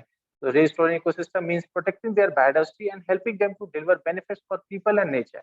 So दोनों हम एक साथ लेके चलते हैं, people और nature. So ecosystem on land and the oceans in way that strengthen their natural resources and processes. तो अगर हम बेसिक प्रिंसिपल की बात करेंगे इकोसिस्टम रिस्टोरेशन, तो उसमें ये तीनों ही मुद्दे आते हैं, जिसमें हम हेल्थ की बात करते हैं, जिसमें इंटीग्रिटी की बात करते हैं, सस्टेनेबिलिटी की बात करते हैं। जो हमारा तीनों इंटीग्रेटेड रिलेशनशिप है, जिस तरह से सोशल, इन्वायरमेंटल, इकोनॉमिक तीनों मिलकर के हमारा सस्टेनेबल डेवलपमेंट को सपोर्ट करता है। ये हमारा बेसिक प्रिंसिपल है, जिसमें हमारा हेल्थ की इश्यूज सॉल्व हो, हमारे इंटीग्रिटी, हमारा सस्टेनेबिलिटी, ये हमारे बेसिक प्रिंसिपल है इकोसिस्टम रिस्टोरेशन के। Ecosystem restoration, once you have identified that degraded ecosystem, understood, think about how you can turn things around, what you need to change, how can you make to happen, what resources you need. So these things taking in care before ecosystem restoration. तो हम ecosystem restoration को strengthen करने के लिए हम governance की बात करेंगे। तो हमारा governance structure किस तरह से है? हम देखते हैं कि ecosystem structure हमारा top scientific technical governance में आता है, और हमारा ecosystem वैल्यूज उससे रिलेटेड करते हुए हमारे हायरार्किकल गवर्नेंस में लोवेस्ट स्ट्रक्चर हमारे इकोसिस्टम वैल्यूज है, फिर बेनिफिट्स फ्रॉम इकोसिस्टम है, इकोसिस्टम सर्विसेज है, फंक्शनल इकोसिस्टम है। इस तरह से हमारा जो गवर्नेंस स्ट्रक्चर है वो 3 टाइप का होता है: scientific technical governance, adaptive collaborative governance और governing strategic behaviour. International level पे जो इकोसिस्टम रिस्टोरेशन की बात करते हैं वो सबसे अहम है जो 3 यूएन की कन्वेंशन है हमारे, convention of biological diversity, convention of climate change, convention land degradation. ये तीनों कन्वेंशंस का जो मुख्य बिंदु है वो है इकोसिस्टम रिस्टोरेशन। जो इन तीनों कन्वेंशंस का मुख्य जो इकोसिस्टम को बचाने के लिए बात करते हैं वो इकोसिस्टम रिस्टोरेशन। ये तीनों ही हमारे रियो अर्थ समिट 1992 से आई हुई हैं, जो कि हमारे इकोसिस्टम पारिस्थितिकी तंत्र की बहाली की बात करते हैं। इकोसिस्टम रिस्टोरेशन के लिए अभी हमारा पेरिस एग्रीमेंट है, जो हमें बोलता है कि हमें ग्लोबल वार्मिंग, जो हमारे इकोनॉमिक डिग्रेडेशन होता है, हमें ग्लोबल वार्मिंग को 2 डिग्री सेंटीग्रेड से हमें लिमिट करना है, क्लाइमेट टेम्परेचर को। सबसे इंपॉर्टेंट है बॉन्ड चैलेंज, जो अभी बॉन्ड चैलेंज है, जिसका ग्लोबल कमिटमेंट है कि हमें 150 million hectares of degraded integrated land to restoration by 2030, यानी 2020 तक हमें 150 मिलियन हेक्टेयर्स को डिग्रेडेशन से रोकना है, और बाय 2030 350 मिलियन हेक्टेयर्स को हमें डिग्रेड होने से रोकना है। ये हमारा बॉन्ड चैलेंज है। इस तरह से सीबीडी का जो आईसी टारगेट है, जो आईसी टारगेट 15 बताता है कि हमें इकोसिस्टम डिग्रेडेशन को 15% हमें कम करना है। और इस तरह से एक ऑर्गेनाइजेशन है कंजर्वेशन इंटरनेशनल बॉटनिक गार्डन्स, जो हमें बताता है, इसके अंदर टारगेट नंबर 4 और 8 है, जो global strategy for plant conservation है, जिसमें हम इकोसिस्टम रिस्टोरेशन की बात करते हैं।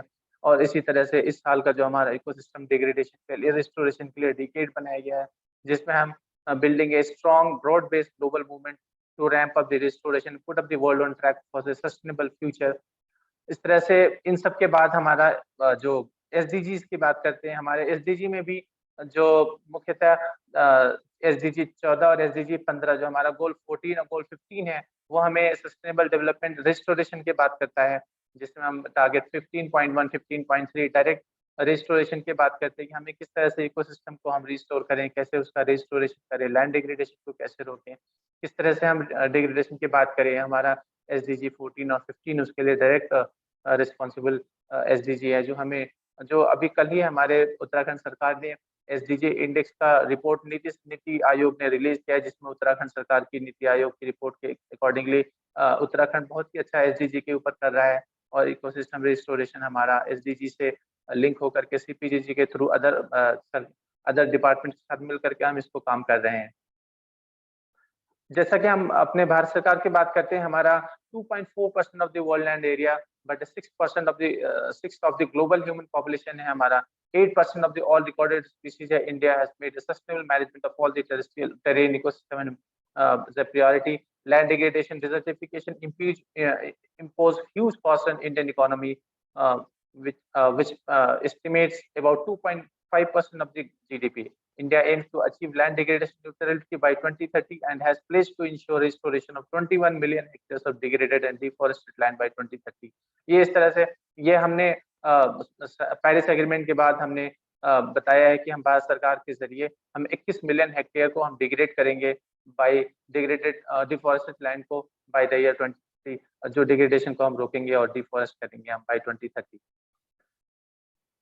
India operates two kinds of extreme models of ecosystem governance. अगर हम गवर्नेंस की बात करते हैं तो हमारा दो मुख्यतः धाराएं हैं जो हम इकोसिस्टम गवर्नेंस पे हमारा काम करता है. एक हमारा है जो formal system of establishment of protected area, जिसमें हम प्रोटेक्टेड एरियाज को एस्टैब्लिशमेंट की बात करते हैं. नेशनल पार्क है, सेंचुरीज है, कंजर्वेशन, कम्युनिटी रिजर्व, यानी कि जो हमारा इकोसिस्टम है हमारे देश में, वो इन प्लेसेस में इकोसिस्टम हमारा जो है वो रहता है. एक तो हमारा वाइल्ड लाइफ प्रोटेक्शन एक्ट के थ्रू 4 हमारे कैटेगरीज हैं जिसमें national park, sanctuaries, conservation, community reserve आते हैं. इसके अलावा बायोस्फीयर रिजर्व्स है, हेरिटेज साइट्स हैं, वेटलैंड्स है, फॉरेस्ट है, जो अदर एक्ट के थ्रू है. तो ये एक पब्लिक सिस्टम ऑफ गवर्नेंस है जिसमें हम सारे इकोसिस्टम को कंजर्वेशन देते हैं, प्रोटेक्शन देते हैं. और दूसरा जो हमारा गवर्नेंस का मॉडल है वो है community based governance model, which is new topic, which is kind of new emerging trend, जो अभी प्रेजेंट डेज में इसकी चर्चा सबसे ज्यादा की जा रही है. जो नॉर्थ ईस्ट में हमारे कंजर्वेशन कम्युनिटी एरियाज हैं, जो कम्युनिटीज के जरिए कंजर्व किए जाते हैं, वो भी एक गवर्नेंस का मॉडल है जिससे हम इकोसिस्टम को प्रिजर्व कर रहे हैं. तो ये एक हमारा जिसके अंदर बायोडायवर्सिटी एरियाज आते हैं, सेक्रेट ग्रुप्स आते हैं, हैबिटेट स्पीशीज कंजर्वेड एरियाज आते हैं. तो बहुत सारे एरियाज आते हैं जो कम्युनिटी बेस्ड गवर्नेंस के अप्रोच में होते हैं, जो नॉर्थ ईस्ट में मुख्यतः पाया जाता है. और भी स्टेट्स में है, जैसा कि उत्तराखंड में वन पंचायत है, ये भी एक कम्युनिटी कंजर्वेशन बेस्ड मॉडल है जो गवर्नेंस की बात करता है, इकोसिस्टम को प्रिजर्वेशन की बात करता है. तो इस तरह से हम देखते हैं कि इकोसिस्टम न्यूट्रलिटी हमारा जो यूएनसीसीडी कन्वेंशन है उसमें हमने ये कमिट किया है कि 1.98% हम इंक्रीज करेंगे एरिया अपना, जो हमारा डिजर्टिफिकेशन से लॉस हुआ है उसको हम ठीक करेंगे, ये हमने कमिट किया हुआ है. So nearly 30% of India's land is degrading or facing desertification. As India is signatory to UNCCD, we have also hosted the COP of 14 in 2019 to prevent the land degradation and enhancing ecosystem restoration. The government of India have some major programs are initiating like integrated watershed management for ecosystem restoration, national afforestation program led by Ministry of Environment and Forest, National Mission of Clean India led by Ministry of Environment and Forest, and the integrated development of wildlife habitats, then compensatory afforestation CAMPA. So these are the flagship schemes running by the government of India for ecosystem restoration and enhancing the governance of ecosystem management and restoration. So if we say that India's initiatives, we can say that INDCs we have committed that to implement between 2020 to 2030.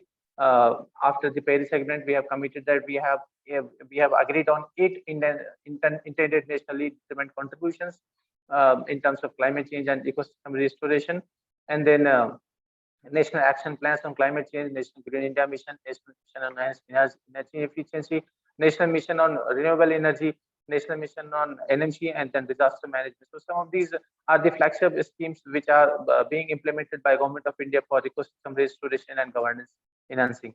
So if we say that specifically ecosystem restoration, so we can say that there is a national level board, that is NAEB, National Afforestation Development Board, which is also running schemes for ecosystem restoration across the country through the various forest departments of the states and UTs. And we have a national biodiversity action plan, which is agreed by the agreed in the government by and implemented by the parliament of the NBAP, National Biodiversity Action Plan 2008, action point number 19.6, which says that ensure provision for environmental restoration during commissioning and after decommission of industries. यानी कि जो हम अपने projects की बात करते हैं तो प्रोजेक्ट्स में जो इकोसिस्टम रिस्टोरेशन है वो हमें इनबिल्ड करना है, ये हमारा एक्शन पॉइंट नंबर 96 बताता है. इस तरह से जो हमने आईसी टारगेट्स के कॉन्ग्रुएंस में हमने जो 12 नेशनल बायोडायवर्सिटी टारगेट हमने जो बनाए, उसमें हमारा जो 12 नेशनल बायोडायवर्सिटी टारगेट्स में टारगेट 3 और टारगेट 8 जो है वो इकोसिस्टम रिस्टोरेशन की बात करता है, इकोसिस्टम गवर्नेंस की बात करता है. इकोसिस्टम जो टारगेट 3 है वो हमारा नेचुरल हैबिटेट्स का सेफगार्डिंग और टारगेट 8 है जो इकोसिस्टम सर्विसेज के ऊपर है। तो इस तरह से हम इन नेशनल बायोडायवर्सिटी एक्शन प्लान अगर इम्प्लीमेंट करते हैं नेशनल बायोडायवर्सिटी टारगेट, तो हमारा इकोसिस्टम रिस्टोरेशन भी से फुलफिल होता है। तो इस अगर हम देखेंगे अदर पॉलिसीज और जो एक्ट्स हैं हमारे भारत सरकार में, जो गवर्नेंस की बात करता है इकोसिस्टम रिस्टोरेशन जिसके अंदर निहित होता है, वो हमारा फॉरेस्ट से रिलेटेड एक्ट है, forest conservation act, forest act और फॉरेस्ट नेशनल फॉरेस्ट पॉलिसी। इस तरह से वाइल्ड लाइफ से रिलेटेड हमारा वाइल्ड लाइफ प्रोटेक्शन एक्ट है, इन्वायरमेंट से रिलेटेड हमारा वाटर एक्ट है, एयर एक्ट है और इन्वायरमेंट प्रोटेक्शन एक्ट 1986 है। हमारा national conservation strategy and policy abatement है 1992 में, हमारा कोस्टल रेगुलेशन जोन है 1991 में, कैंपा एक्ट है जो हमारा अभी रिसेंटली इकोसिस्टम रजिस्ट्रेशन को रेगुलेट करने के लिए हमारे कैंपा रूल्स और कैंपा एक्ट बने हुए हैं। ईआईए का हमारा 2006 का है जो हमारा रिवाइज होने जा रहा है, अभी नया ईआईए एक्ट बनने जा रहा है जिसके अंदर हम कंपनीज को इकोसिस्टम रजिस्ट्रेशन के लिए हम बाध्य करते हैं। इस तरह से हमारा national wild life action plan है जो अभी इम्प्लीमेंट करने के लिए हमारे पास है 2017-31 जिसका ड्यूरेशन है, जिसके अंदर हम इकोसिस्टम रजिस्ट्रेशन की बात करते हैं, जिसमें हमारा चैप्टर 3 है जो लैंडस्केप लेवल अप्रोच की बात करता है जिसमें इकोसिस्टम रजिस्ट्रेशन निहित है। इस तरह से हमारा वेटलैंड रूल्स है जिसके अंदर एक्वेटिक इकोसिस्टम के रजिस्ट्रेशन की हम बात करते हैं, हमारा वेटलैंड कंजर्वेशन मैनेजमेंट रूल्स है 2017 में। तो हम अगर देखते हैं कि हमारे अपने core government of ministry of environment forest के अलावा जो अदर मिनिस्ट्रीज हैं भारत सरकार में, वो हम किस तरह से इकोसिस्टम रिस्टोरेशन के ऊपर बात करते हैं, गवर्नेंस की बात करते हैं, तो हम देखते हैं कि मेजर हमारा एक स्कीम है स्वच्छ भारत मिशन जो हमारा सैनिटेशन रिवोल्यूशन की बात करता है, यानी कि हम ecosystem restoration through sanitation programmes की बात करते हैं, जिसमें हमने बताया है कि 5.5 लाख विलेजेस हैं जो 27 स्टेट्स में, जिसको हमने डिफिकेशन फ्री बता दिया, यानी कि हमने सैनिटेशन के थ्रू इकोसिस्टम को प्रिजर्व करने की और प्रोटेक्ट करने की बात कर रहे हैं। इस तरह से हम बताते हैं कि हमारा भारत सरकार जो है वो लीडिंग कंट्री है against climate change, fight against climate change के लिए, जिसमें हमने बनाया है इंटरनेशनल सोलर अलायंस में अभी हमने बनाया है, हमने पेरिस एग्रीमेंट पे अग्री हुए हैं। इस तरह से हमारा international initiative on climate change है। हम बताते हैं कि रिन्यूएबल एनर्जी में हमारा प्रेशर रिन्यूएबल एनर्जी के थ्रू हम किस तरह से इकोसिस्टम पे प्रेशर हम रिड्यूस कर सकते हैं। हमने बताया कि पिछले 4 सालों में गवर्नमेंट ने ह्यूज इन्वेस्टमेंट किया है ग्रीन एनर्जी स्पेस के लिए, और हमने भारत सरकार ने हमने अक्टूबर 2018 में तक हमने 73 गीगावाट की रिन्यूएबल एनर्जी को इंस्टॉल कर लिया है। तो इस तरह से हमारा ग्लोबल कंट्री हो जाता है, ग्लोबल लीडिंग कंट्री है हम अगर रिन्यूएबल एनर्जी की बात करते हैं, जिससे हमारा इकोसिस्टम के ऊपर प्रेशर रिड्यूस होता है।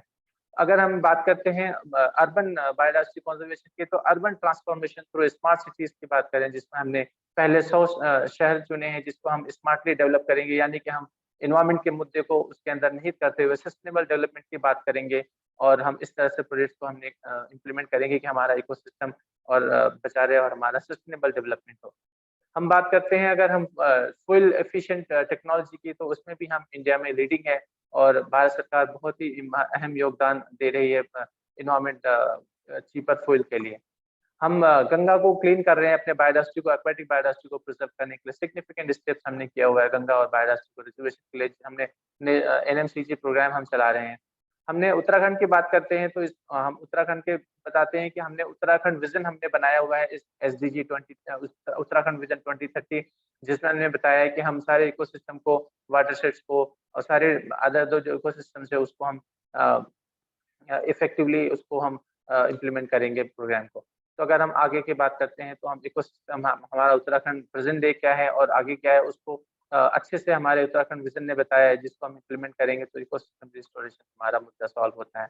हमने ये कमिट किया हुआ है कि हमारा प्रेजेंट जो एफोरेस्टेशन कैपेसिटी है वो 18,000 है, जिसको हम बढ़ा करके 2,24,000 करने जा रहे हैं। इस तरह से और भी हमारे जो हैं, जैसे कि हमने कंजर्वेशन ऑफ वाटरशेड्स की बात करते हैं, हमने 2086 हमने कर रहे हैं और हम 462 करने के लिए हमने कमिट किया हुआ है कि हम इस तरह से हम करेंगे कि बाय 2030 हमारा रिस्टोरेशन के हमारा जो मुद्दा है वो सॉल्व हो जाए अपने स्टेट में। और उत्तराखंड हमारा ऑलरेडी अचीवर है इन टर्म्स ऑफ एसडीजी 50, जैसा कि नीति आयोग की रिपोर्ट कहती है। हमारे प्रॉब्लम क्या है, despite the economic importance of ecosystem services to production, consumption, trade, investment, ये हमारा मेन प्रॉब्लम है। हम क्या कर सकते हैं, हम डिटेल लेवल में बहुत कुछ कर सकते हैं। हम इसको अगर शॉर्ट फॉर्म में कहेंगे तो जैसा कि इकोसिस्टम डिग्रेडेशन डिकेड बोल रहे कि रीइमेजिन, रिक्रिएट और रिस्टोर का जो मुद्दा है, यानी इन 3 मुद्दों पे हम अपने एक्टिविटीज को हम उसको कर सकते हैं और इस तरह से हम करेंगे तो इकोसिस्टम रिस्टोरेशन की बात होगी। So unless we change our ways and protect our restored ecosystem, we will not destroy the landscape we will love. We will undermine the foundations of our own well-being and beneath a degraded, hospitable planet to future generations. Strengthen multilateral cooperation for better governance of natural resources. We need to connect biodiversity governance to natural resource governance. In 2021, we must seize the political movement and focus global biodiversity governance of the drivers of biodiversity loss. So now, last slide, I'm going to present. Ecosystems are everywhere and everyone's business, so we need to act accordingly. So as a kind of way forward, if we say that we have the opportunity to exist, we now act, and we have to do and justice on ecosystem management and biodiversity conservation. Thank you, everyone. Thank you, Dr. Naseem, for educating us on the different governance efforts at different levels for ecosystem restoration. Thank you so much. Now I would like to invite Dr. Nehal Anwar Siddiqui, who will be speaking on nature-based solutions for ecosystem restorations. Sir, I would like to request you to please take 10 minutes for your session. I'm sorry for this, but we are really short of time, and we have many of our participants have also left since we have overshot the time a lot. So over to you, Dr. Nehal. Okay, thanks, Jacob. Good morning to all of you, those who have joined, and thanks to Wildlife Institute and CPPGG to organize this program on World Environment Day. So, topic which is given to me is ecosystem restoration. Let me.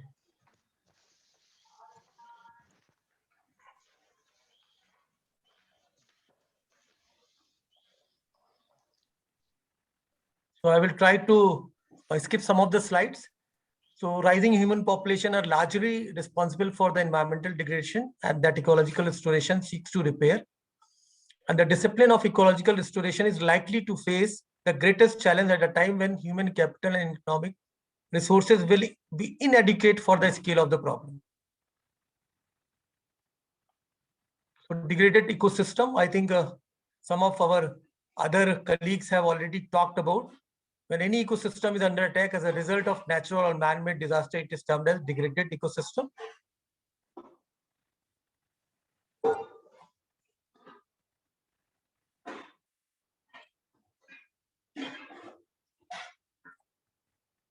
Causes of degradation: unsustainable land use is a major cause of land degradation. Biodiversity loss and thus demanding concerted efforts for systematic land use planning. Sewage runoff has caused eutrophication, आपको पता होगा, which can lead to loss of most of the fish species. In lakes, phosphorus limits the cyanobacterial growth more often than nitrogen. So we can see who is more responsible. Human impacts on ecosystem: rapid population growth हो रही है, deforestation and degradation हो रहा है, fragmentation and loss of habitat, low crop genetic diversity, environmental pollution, and climate change. I think since last 3-4 years, we are witnessing climate change like anything. Enhancement: if only a few ecosystem processes or species are restored, but the system remains far from its original state, the effect is called enhancement. And rehabilitation: if the ecosystem is significantly improved but remains quite distinct from its pre-degradation condition, the effect is called rehabilitation. This is frequently the objective in assets that have been stripped, mined. Example is oil sands in Alberta. You can see a picture of reclamation example. Mining के पहले का देख रहे हैं और after mining. So what you can do? Replacement is actually build a new community that meets some set of conservation objectives but is unlike the one degraded. Constructed wetlands is the example around the Great Lakes. Restoration rebuilds on ecosystem little different than the original ecosystem that was degraded. It is done to physical environment and to plants in restoration. For animals, there are translocation and reintroduction. बात करते हैं क्या restoration feasible है. Definition of ecosystem restoration: the process of assisting the recovery of an ecosystem that has been degraded, damaged or destroyed. So that is ecosystem restoration. There are many approaches. Which is the most appropriate given the objective, which provides the greatest likelihood? These efforts may be conducted on either a small scale, tree planting, or may involve major human and technical efforts, for example, recreation of wetlands. This is a graph which is showing that how you can restore original ecosystem. Principle of restoration: identify first of all degradation causes. You can stop abuse by reducing factors, reintroduce species if necessary. I think they have given a number of examples how you can reintroduce species. Protect area from further degradation. Ecosystem restoration activities should be planned at various scale and implemented using the best available science and traditional knowledge. What are the key activities for ecosystem restoration? Restoration activities should be planned on the basis of priorities identified as assessment of opportunities for ecosystem restoration, improving the institutional enabling environment for ecosystem restoration, planning and implementation of ecosystem restoration, monitoring, evaluation, feedback, and dismantling results. Functional restoration is emerging as a useful restoration approach, and increasing attention is being paid to ecological functioning and ecosystem services. Functional restoration is beginning to assume a more prominent position. Functional restoration may be a viable approach when the restoration objective entails are improved environmental state, for example, improve water quality, reduce weed population, or increase plant cover. I think that is covered by our other colleagues. Restoration of forest: action to reinstate ecological process which accelerate recovery of forest structure, ecological functioning, and biodiversity levels towards these typical of climax forest. So maybe I wish to switch to show you a video, a small 6 to 7 minute video. Maybe.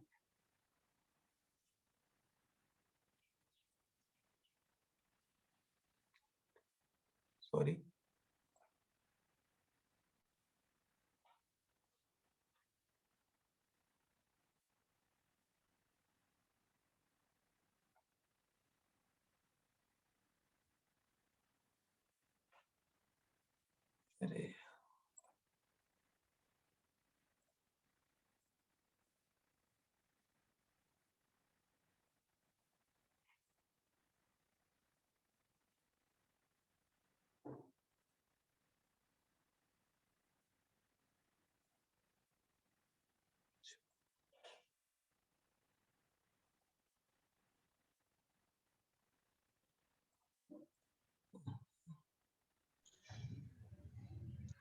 Sorry I think because internet बीच में चला गया था तो वो video शायद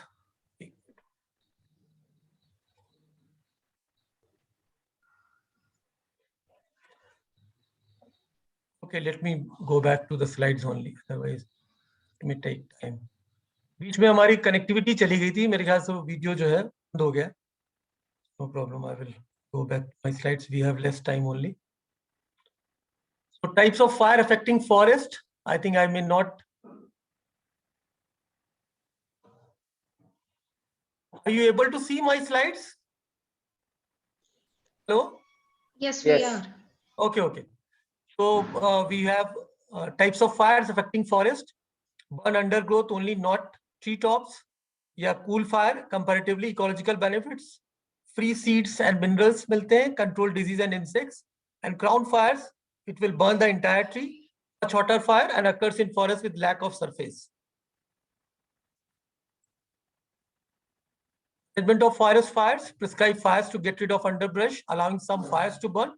Thinning vegetation from forests, thinning forests around vulnerable homes, and decreasing the flammability of the homes. Maybe I will try to go to restoration of degraded ecosystem examples. Aquatic ecosystem, natural rivers and their floodplains are among the most complex and diverse ecosystem in the world.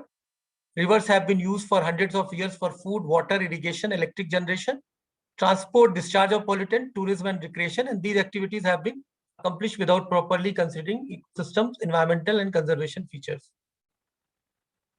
Causes of degradation, I think सबको पता है, climate change is happening, pollution, unsustainable fishing, shipping impact, eutrophication is again बड़ा cause है, development of coastal development areas, restoration of aquatic degradation.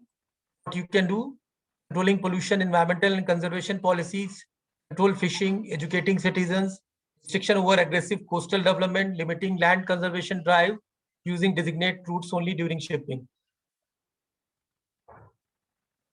You can leave. Or nature-based solution, which refers to unsustainable management and use of nature for tackling socio-environmental challenges. The challenges include issues such as climate change, water security, water pollution, food security, human health, biodiversity, and disaster risk management. Nature-based solutions involve working with nature to address societal challenges, providing benefits for both human well-being and biodiversity. And specifically, they are protection, restoration, management of natural and semi-natural system.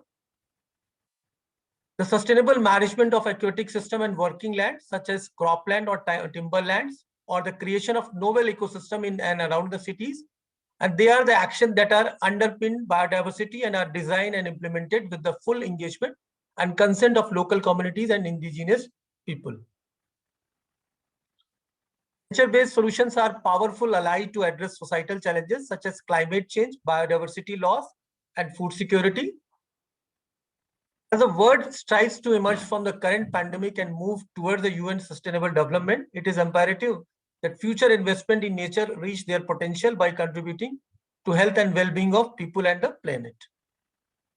So IUCN proposes considered NBS as an umbrella concept. Categories and examples of NBS approaches according to IUCN include ecosystem restoration approach, which talks about ecological restoration, ecological engineering, forest landscape restoration, issue-specific ecosystem-related approach, which is ecosystem-based adaptation, ecosystem-based mitigation, climate adaptation services, and ecosystem-based disaster risk reduction. Then we have infrastructure-related approaches, which is natural infrastructure, green infrastructure. Then we have ecosystem-based management approach, which is talking about integrated coastal zone management, integrated water resource management, ecosystem protection approaches, area-based conservation approach, including protected area management. So we can see there are three types of natural-based NBS are distinguished. Minimal intervention in ecosystem consists of no or minimal intervention in ecosystem with the objective of maintaining or improving the delivery of range of ecosystem, both inside and outside of these conserved ecosystem. Example include the protection of mangroves in coastal areas to limit risk associated to extreme weather condition and provide benefits and opportunities to local population. Type 2, which correspond to management approaches that develop sustainable and multifunctional ecosystem and landscape extensively or intensively managed. Example include innovative planning of agricultural landscape to increase their multifunctionality, using existing agro biodiversity to increase biodiversity, connectivity, and resilience in landscapes, and approaches for enhancing tree species and genetic diversity to increase forest resilience to extreme events. Third one and the last one is managing ecosystem in extensive ways, consists of managing ecosystem in very extensive ways or creating new ecosystem. Example, artificial ecosystem, that new assemblies of organisms for green roof and walls to mitigate city warming and clean polluted air. And type 3 is actually linked to concepts like green and blue infrastructure and objective like restoration of heavily degraded or polluted areas and greening the cities. On the last slide, as human population have increased, environmental degradation has become both more extensive and intensive. A dramatic increase in the diversity of restoration challenges is increasing the scope of what is considered to be restoration. Restoration projects increasingly address connection among floral, edaphic, faunal communities as well as among biotic and abiotic components of the ecosystem. And restoration is poised to become a truly integrated and collaborative fields. So if I'm having time, I wish to share a video. Is it possible? Sir, if you could just share the link of the video on the chat, we will share it with all the participants. Since we are very short of time, we would like to take up the questions. So thank you, sir. Now I will share. Yeah, thank you. Thank you so much for your presentation and enlightening us on this topic of nature-based solution to ecosystem restoration.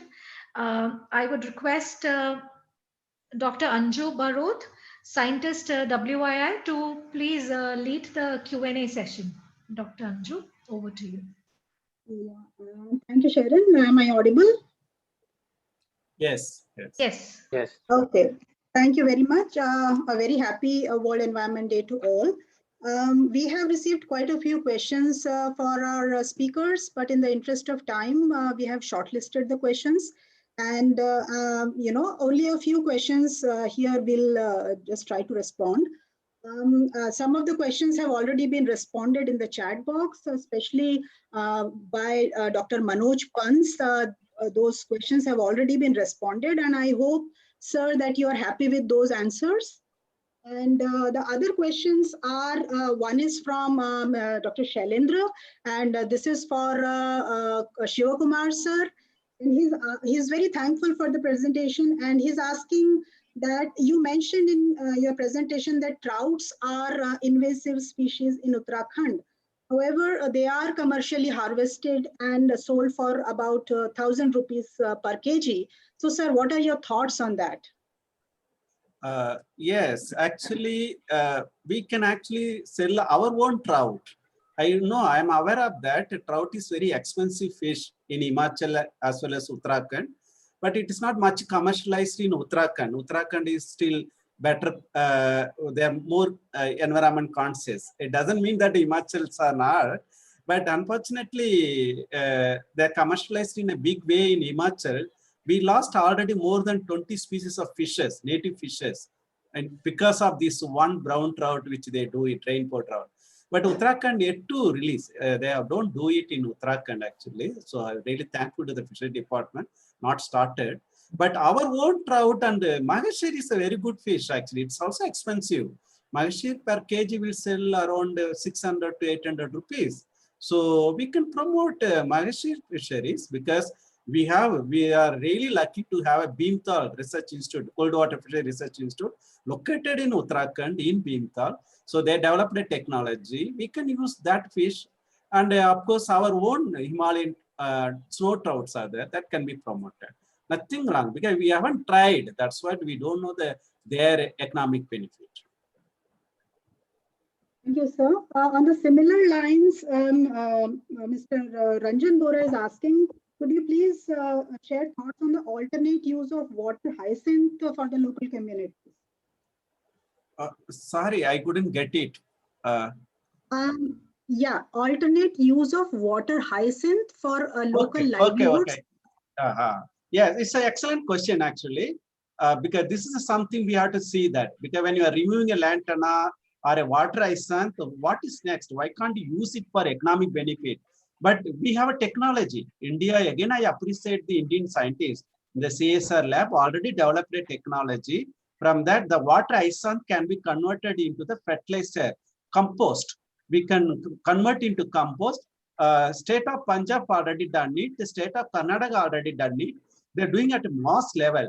So you can collect the water hyacinth and convert it into the compost with adding some chemical that the technology already developed. You can actually find it in the internet. We can get the technology. So compost can be made that can be used as a fertilizer in agriculture, garden. You can sell it to the household also. They can put it in their flower chart and all. And even mushroom culture, they're using a water hyacinth compost.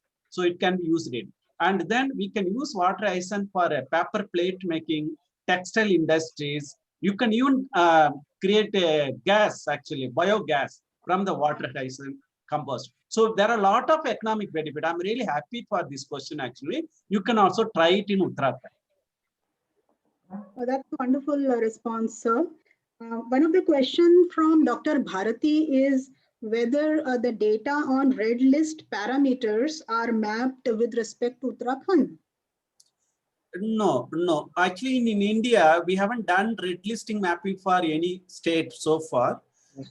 Yes, there are many red listed species occurs in Uttarakhand. All of you know that Uttarakhand really good in conserving their forest system, because a larger portion of the Uttarakhand is a forest area. And but yes, there are a lot of red listed species, but it's good to do that. But again, we haven't done it for even a country. So forget about the state level. It is much more complex. So first we have to do it at country level, then come to the state level. We have to do it.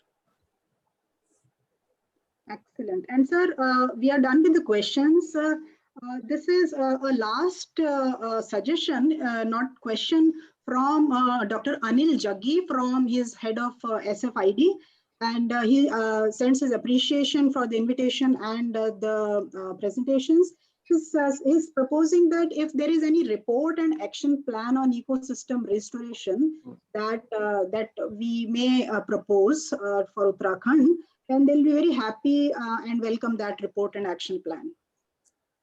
Thank you for your good words. And right now we use the restore. There are a lot of documents available for ecosystem restoration in the internet, whether it's prepared by global level as per the country level.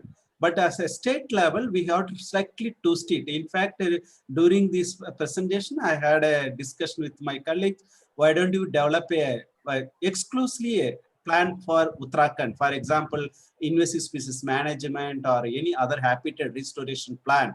So we have to develop for a state level. Probably CPPGG can come forward, because help Wildlife Institute of India, and we can jointly develop such a plan. But right now we have excellent action plans, but it is prepared by international agencies and a few national agencies also. That can be used, but I don't think so any plan exclusively for Uttarakhand right now available. That needs to be prepared. Thank you. Thank you for your responses, Dr. Shivakumar. Really thankful. And with this, we end the question and answer. If participants still have more questions, they can email to each of the speakers and they'll get back to you. And the feedback form is also, the link is also dropped in the chat box. Please feel free to give your feedback. Thank you so much. Over to you, Sharon. Thank you, Dr. Anju. And thank you, Sivakumar sir, for responding to the questions. I would request Mr. Ranjan Bora to please give the vote of thanks and close the webinar. Thank you. Ranjan?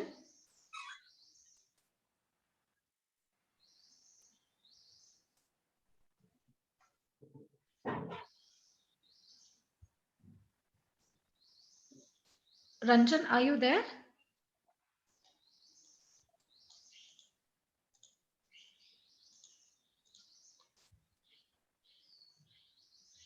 Amir, I would request you to please give the vote of thanks so that we can close the webinar. I think Ranjan has some issues with the internet.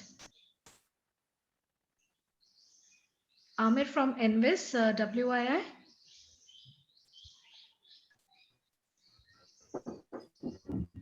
Hi, Sharon. Can you hear me? Yes, please go ahead. Yeah, okay. So yeah, I'm very thankful to all of the presenters, all the participants who were present during this webinar, and I wish you all a very happy Environment Day. And I would like to thank the speakers from WI as well as from UPS, Dr. Nihal Siddiqui, Dr. Naseem Ahmed Ansari, our coordinator, Dr. Shivakumar, K. Shivakumar, and our co-coordinator, Dr. Anju Barot. And with this, I would like to thank you all, and I wish you all a very happy Environment Day. And yeah, I think we should close the webinar then. Amit, just Sharon, for information, our program already yes, tweeted by our Honorable Minister, Mr. Javadkar, in their Twitter page. So it's a good that the government recognized, appreciated this program. Thank you very much. Thank you, Sivakumar sir. And Sharon for leading this session. Thanks a lot. Thank you, CPPG. Thank you, everybody. Thank you, everybody. Happy World Environment Day to all of you. Bye. Yeah, bye.